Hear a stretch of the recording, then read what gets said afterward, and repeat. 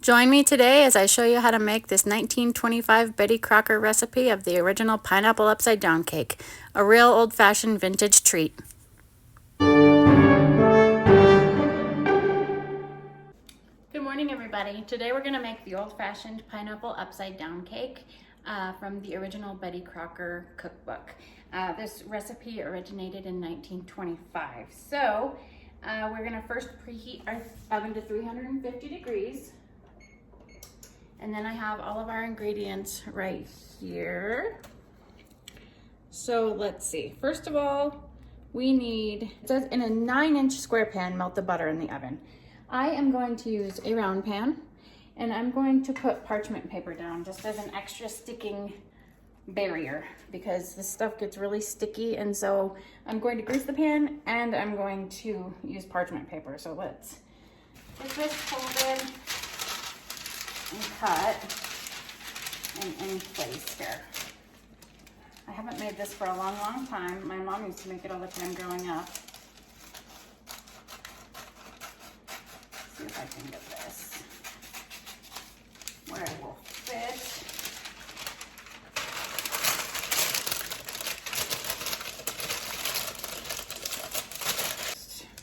Really, really well. Just gonna use a stick of butter and make sure I grease it really, really well, particularly in the little crack. I feel like that's where things like to stick. So let's just get this greased.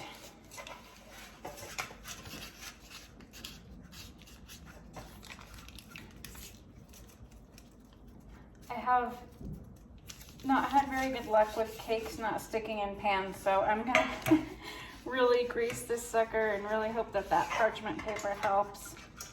It's just such a sticky cake with that brown sugar when it caramelizes, and then it has to sit for like 10 to 20 minutes before you flip it. It can get quite sticky. Okay, let's call that good. I'll use that here in a minute. Okay.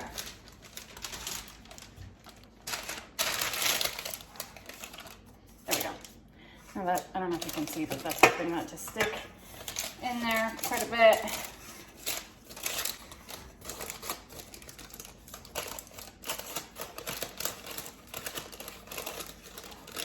This will also help for pulling it out, I feel like. So I guess we shall see.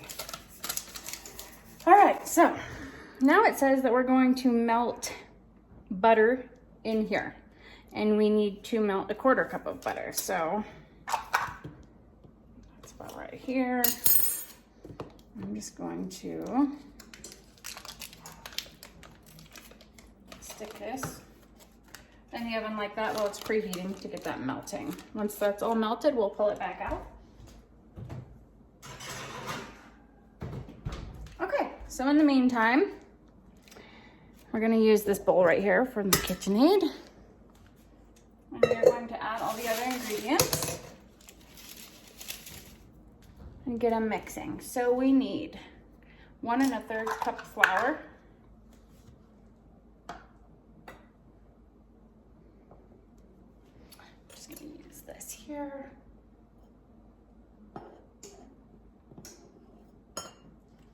1 cup.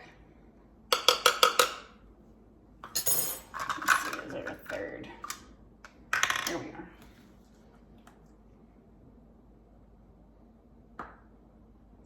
There we go. 1 1/3 cup flour. And then we are going to add 1 cup of sugar. Pour this in. Probably be easier this way.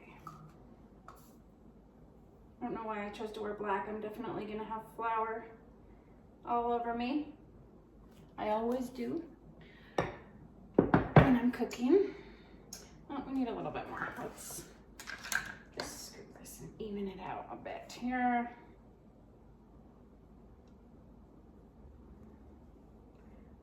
There. Okay, 1 cup of sugar, 1 1/2 teaspoons of baking powder. So that would be 3 halves. Okay, 1 1/2 here. So we've got 1/2. 1 and a half. Okay. Half of a teaspoon of salt.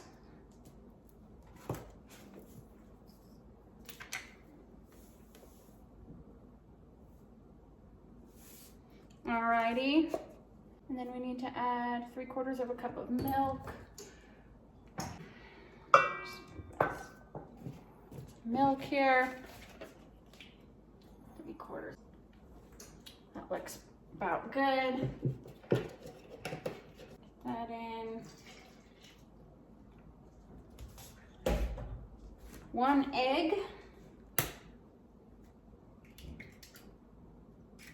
And then we need to get some butter in there too, but my butter isn't soft, so I'm gonna pop it in the microwave to soften it up a little bit. Put it in a bowl, and we need 1/3 of a cup. It actually calls for shortening, but I don't have shortening, so we're just gonna use this. Put it in the microwave for a few seconds. Get that soft and then add it in. Let's check on this. Butter's melting nicely. Butter's melting a little bit longer. To get my paddle attachment for my KitchenAid here. So we've got the KitchenAid bowl. We're gonna add it right here. Let's get the butter in there. Partially melted, but mainly just soft. Alrighty. I'm gonna get my paddle attachment on the KitchenAid mixer. And then it says that you want to blend this on low for a few seconds and then high for 3 minutes. So just get this locked in place. Low for a few seconds, 15 or so seconds. We'll leave it like that. I'm gonna scrape this sides really quick. I need to make sure that's all. Do that for about 3 minutes. We'll call that melted. We don't want it to cook it. Let's.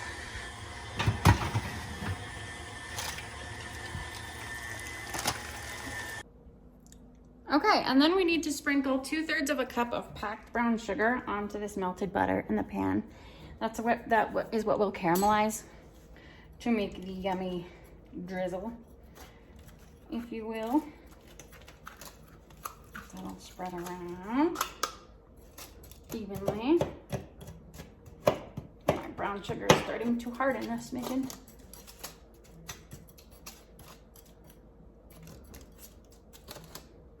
Okay, looks good. I feel like those chunks aren't gonna do anything but make yummy bites while we're eating that. Okay, so what you're gonna do now is you're gonna take some canned sliced pineapple and you're just going to arrange it in this little pan here.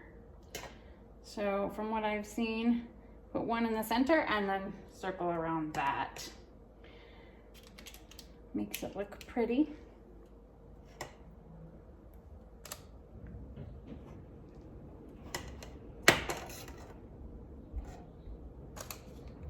Man, we have tornadic winds outside today. It knocked over our basketball hoop out front, which is quite sturdy. This morning it's laying on its side, so it is crazy windy.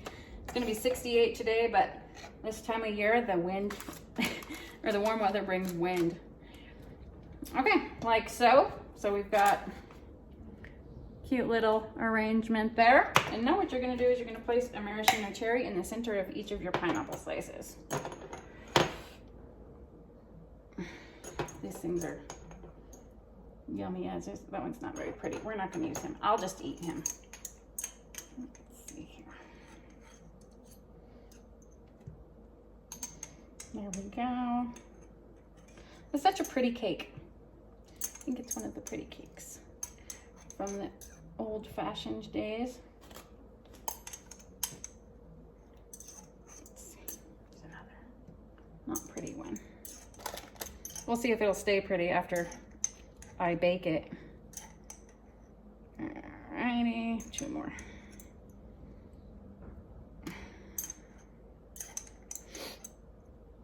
Alrighty. So now you've got your pineapples. Very pretty. All right.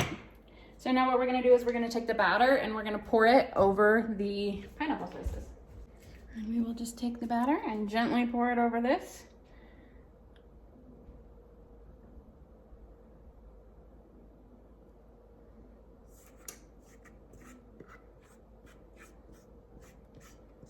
I'm excited about this.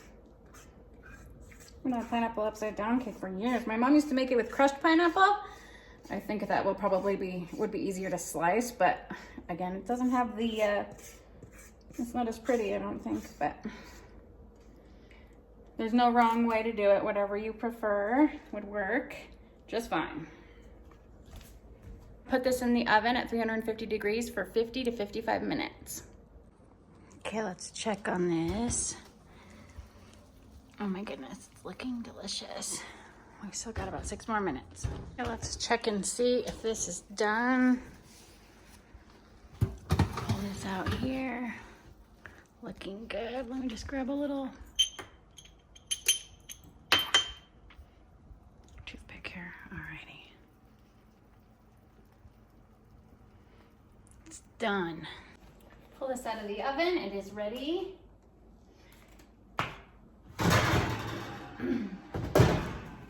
And I'm just gonna let it sit here and cool for 10 to 20 minutes before I place this plate on top and flip it over. So I'll be back. I'm actually gonna set this cooling rack here on the stove and then set the cake pan on top of that to help cool it quicker. There we go. Okay, I think this thing is ready to be flipped. Moment of truth, I'm a little scared.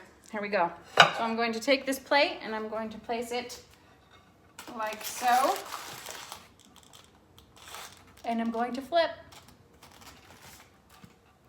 I heard it. I think I heard it come out. Let's see.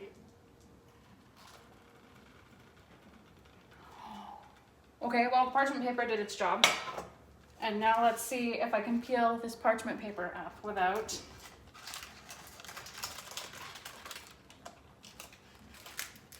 any. Oh wow, it works wonderfully.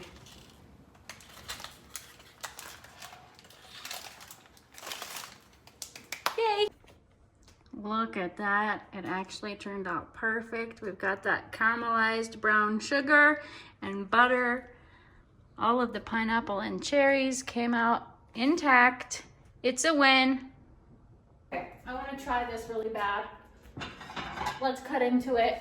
It's best served when it's slightly warm, not cool, not hot. That's when the caramelized texture is at its best, apparently. I'm just gonna cut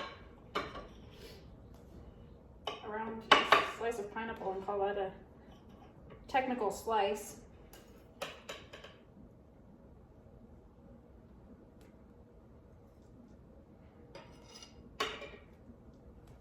Okay, let's try it.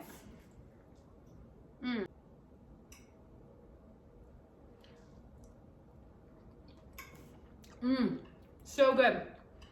Try it and let me know what you guys think in the comments and subscribe for more.